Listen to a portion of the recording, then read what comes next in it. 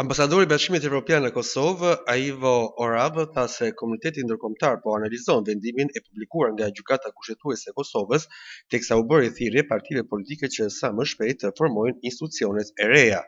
Jemi duke e analizuar aktualisht, por sigurisht shpresa jonë është që kuvendit të konstituohet sa më shpejt, që të jetë e mundur dhe shpresojmë që të ketë një qeveri me mandat të plotë sa më shpejt që të jetë e mundur, tha Orav gjatë një prononcimi për mediat në Kosovë. Assembly will be constituted as soon as possible and we hope very much that there will be a full-fledged government as soon as possible.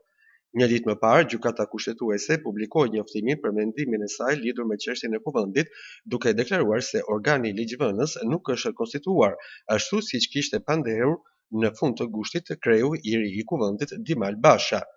Kushtetuesja tha se kuvendi nuk e konsiderohet i konstituar pas zgjedhjen e nënkryetarit nga radhët e komunitetit serb.